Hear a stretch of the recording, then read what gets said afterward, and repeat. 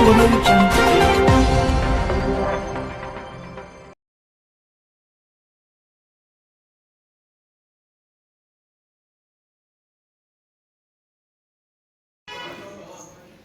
నమస్కారం.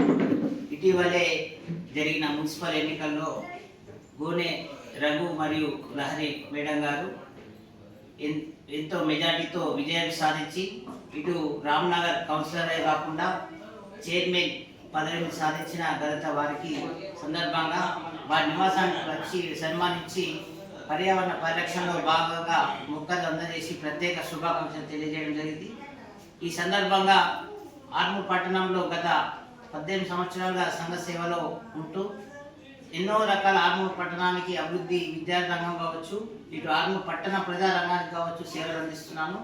అందులో భాగంగానే చైర్మన్ మేడం గారికి ప్రత్యేక శుభాకాంక్షలు తెలుపుతూ ఆర్మూర్ పట్టణ అభివృద్ధిలో భాగంగా మీ యొక్క విజయం సాధించాలని ఆర్మూర్ పట్టణానికి ప్రత్యేకంగా శ్రద్ధ చూపుతూ నిధులు సేకరిస్తూ మరియు ఆర్మూర్లో ప్రతి కాలనీలో ఏమేమి సమస్యలను తెలుసుకొని ఇటు పర్యావరణ పరిరక్షణలో కావచ్చు, ఇటు విద్యారంగానికి, ఇటు ఆర్మూర్ పట్టణ సామాన్య ప్రజలకు పేద ప్రజలకు సహాయపడే విధంగా అందరికీ ఒక స్ఫూర్తిదాయకమైన చైర్మన్ మేడంగా నిలవాలని ఆకాంక్షిస్తున్నాను. Thank you very much.